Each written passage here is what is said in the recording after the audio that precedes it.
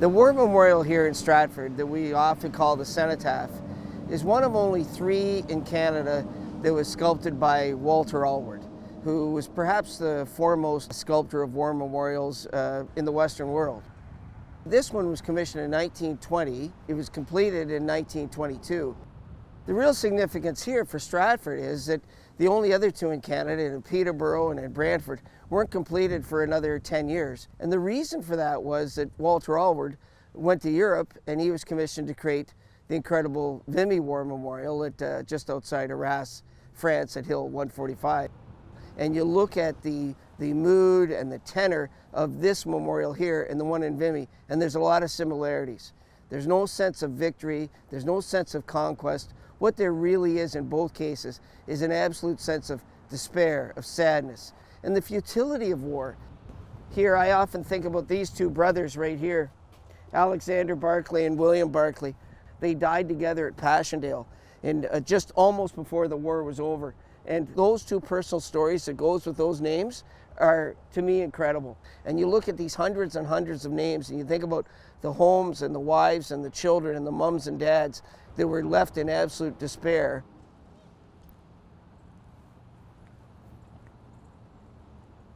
What we have on display at the museum is really just a very small fraction of what's in our collection.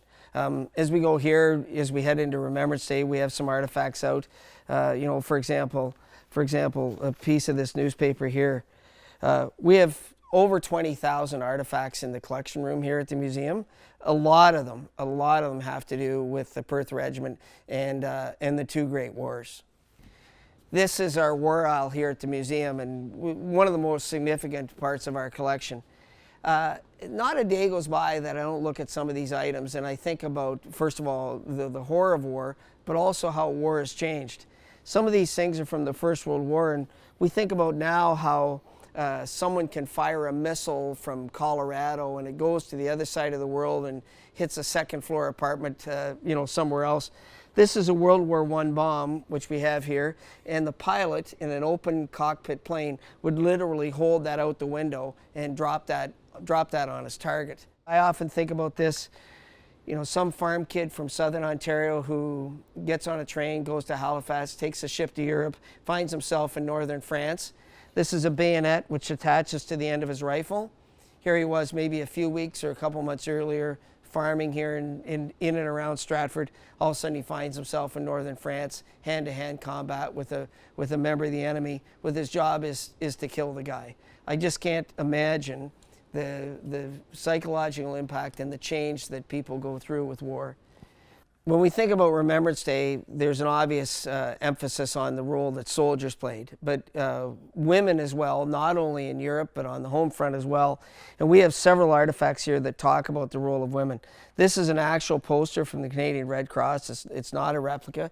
This is one of the posters that's in our collection, and very telling and a very dramatic image of women and their involvement in the war.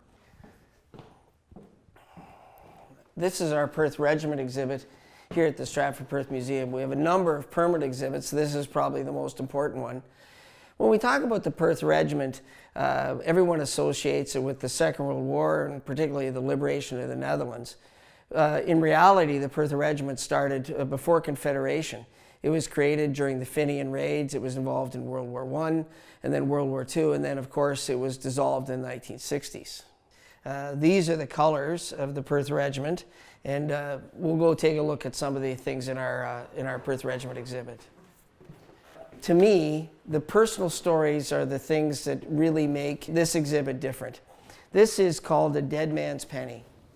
It was brought to us by a family named Odbert, and this is their grandfather, Alexander Barclay. The reason this is called a dead man's penny, because the only way you got one is if you were killed. It only went to people who died in the Great War or was sent out by the British government. I'd like to say that these are really rare. They're not. In fact, 1.3 million of them were distributed to soldiers in the First World War. When I take a look at this penny, I often think of that house at 228 Nile Street. I walk by that house all the time. And we have all this correspondence that came from his wife Maria and from the federal government, from the British government to that house, and these letters that went back and forth. And I can't help think about the day that someone, a soldier, walked up to that front door and said, "Here, I have bad news for you." Here she is, she's now a widow, she's got 4 children, her husband's not coming home, his brother is also not coming home as well. This is a letter that was sent to Alexander Barclay's widow. And this is a letter that went to the house on Nile Street, and she's trying to find out what had happened to her husband. "Dear Madam, in reply to your letter of the 3rd December, I regret to inform you that in spite of the inquiries which are being made in the case of your husband, the accuracy of which we cannot vouch, but we are sorry to say it does not sound very hopeful." And in that letter from the Red Cross, which we have in that exhibit, it talks about how a Red Cross worker was in Passchendaele, talked to William Barclay and Alexander Barclay, 2 soldiers from Milverton. And in that first person account, he said, "I talked to them, I knew them, I walked away. As I walked away, a shell went right into the foxhole. There's no chance that either one of them survived." And then at the very end it said, "And by the way, the objective was held," meaning that the ground was not given up to the Germans during the fight, like how even that was pertinent even at that point. And that first person account was accompanied with this letter, and that's really how Maria Barclay found out that her husband and her brother-in-law were killed. That was the definitive evidence. The real story of war sometimes isn't really in the history books. The real impact of it is those personal stories of how those lives were changed forever.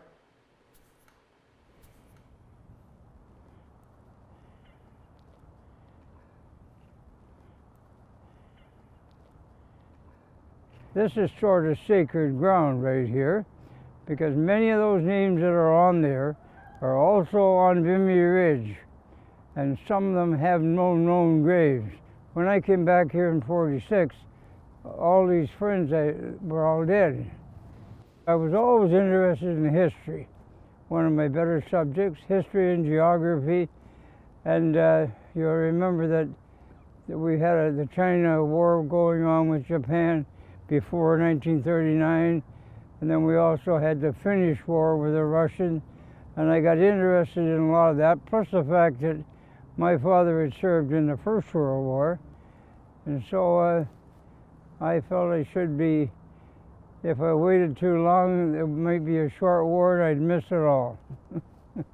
And there were times when I wish I hadn't missed it all.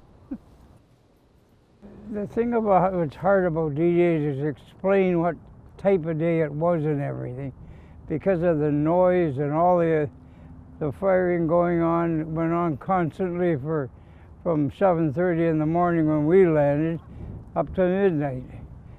But the thing was, when you got a job to do, like I did out of my tank, I was a machine gunner on the top of my tank, and I'm busy enough there that I can't be thinking about what's going on either side of me. We concentrated on where we were coming in. We were supporting the North Shore New Brunswick Regiment, which was part of the 3rd Division.